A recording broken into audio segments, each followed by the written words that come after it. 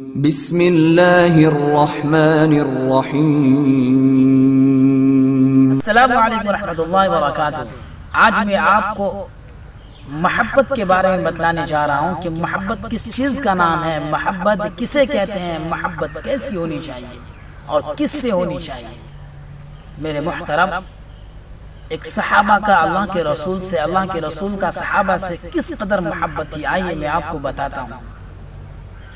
تو دوستو، ایک صحابی رضی اللہ تعالیٰ عنہ حضور اقدس صلی اللہ علیہ وسلم کی خدمت میں آ کر عرض کرتے ہیں، یا رسول اللہ، جب آپ کی محبت ہمارے دلوں میں لہریں مارتی ہے تو میں آ کر آپ کی زیارت کر لیتا ہوں، جس سے ہمارے دل کی لہریں ٹھنڈی پڑ جاتی ہیں۔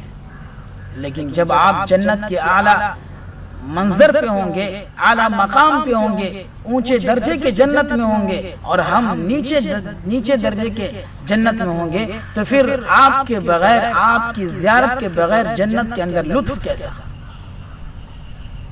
اندازہ لگائیے صحابہ کرام کو کتنی محبت تھی اللہ کے رسول سے۔ فوراً جبرائیل علیہ السلام آتے ہیں اور جناب محمد رسول اللہ صلی اللہ علیہ وسلم کو بتاتے ہیں، المرء مع من احب، کہ آدمی اسی کے ساتھ ہوگا جس سے وہ دنیا کے اندر محبت کرے گا۔ جناب محمد رسول اللہ صلی اللہ علیہ وسلم فوراً اس صحابی کو بلاتے ہیں اور یہی الفاظ اس کو سناتے ہیں، المرء من مع احب،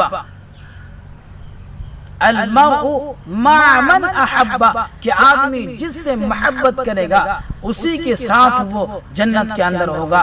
اندازہ لگائیے کہ حضور کا ساتھ کون نہیں چاہتا ہے کہ ہم حضور کے ساتھ جنت میں رہیں۔ اگر ہم چاہتے ہیں کہ ہم حضور کے ساتھ جنت میں رہیں تو سب سے پہلے ہمیں یہ کام کرنا ہوگا کہ ہمیں اللہ کے رسول سے سچی اور پکی محبت کرنی ہوگی۔ آج نوجوان، ہر قسم کے انسان ایک ایکٹر سے محبت کرتا ہے، ایک غیر رویے اختیار کرنے والوں سے محبت کرتا ہے، جسے زندگی گزارنے کا سلیقہ نہیں، جسے زندگی گزارنے کا طریقہ نہیں۔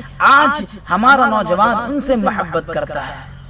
اگر یہیں پہ ہم جناب محمد رسول اللہ صلی اللہ علیہ وسلم سے محبت کرنے والے بن جائے، سچی پکی محبت کا ہم دعویٰ کرنے والے بن جائے، اپنے دل کے اندر سچی اور پکی محبت کو جگہ دے دیں، تو خدا کی قسم دنیا کے اندر بھی کامیاب ہو جائیں گے اور آخرت کے اندر ہمیں، اور سب سے بڑی نعمت، اور آخرت کے اندر ہمیں اللہ کے رسول کا ساتھ نصیب ہوگا۔